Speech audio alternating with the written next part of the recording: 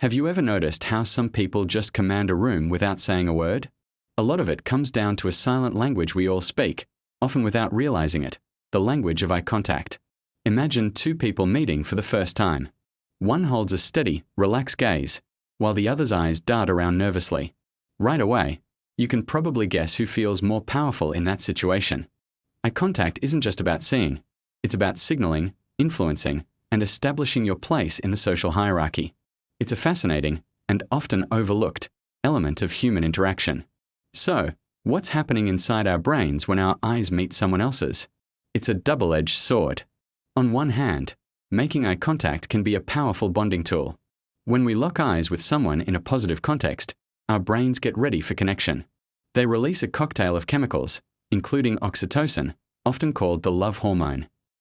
This fosters feelings of empathy, trust, and togetherness. It's why a heartfelt gaze from a loved one feels so good. But on the other hand, eye contact can be perceived as a threat. For many people, and in certain situations, a direct, prolonged stare triggers our brain's fight-or-flight response. It can release stress hormones like cortisol, making us feel watched, judged, or intimidated. It's the same instinct that tells an animal it's been spotted by a predator. This dual nature is what makes eye contact such a complex and powerful social signal. The same action can either build a bridge or a wall, all depending on the context and the people involved. Let's break down how this plays out in real-world power dynamics. Picture a typical business meeting. You have the high-power person, maybe the CEO or a senior manager. How do they use their eyes? They don't stare intently at every single person who speaks. Instead, their gaze is relaxed and sweeping. They look around the room, taking it all in, making brief, deliberate eye contact with different individuals. This isn't rudeness, it's a display of authority. By not needing to constantly seek approval through eye contact, they signal that they are in control of the space and the conversation.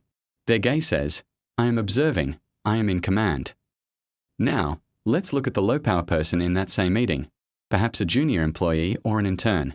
Their behavior is often the exact opposite.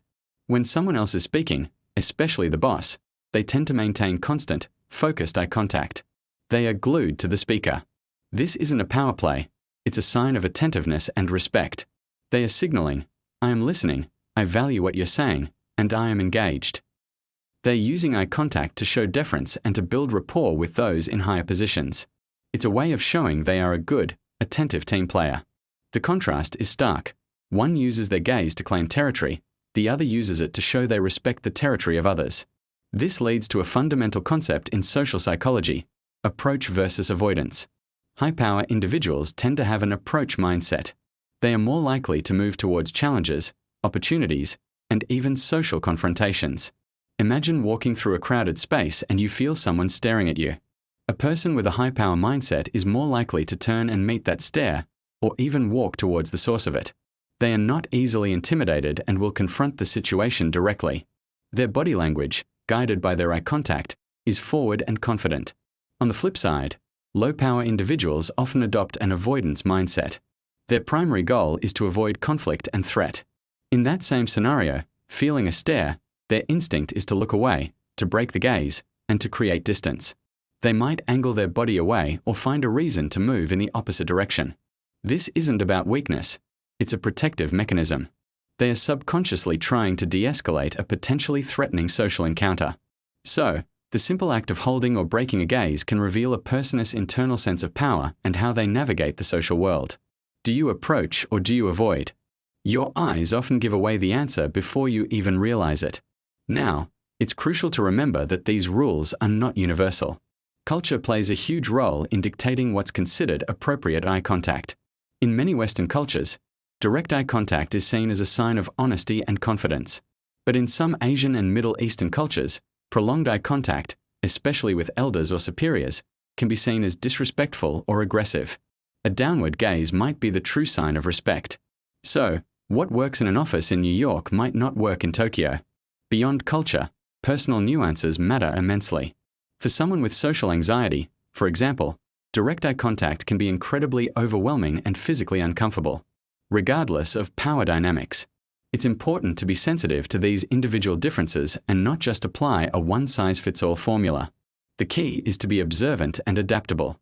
So, How can you use this knowledge to your advantage? Let's put it all together in a common high-stakes scenario, a job interview. You walk in, and instead of nervously avoiding the interviewer's gaze or staring too intensely, you apply what you've learned. You start with a warm, confident look to establish a connection. As the interviewer speaks, you maintain a comfortable level of eye contact, showing you're engaged and listening.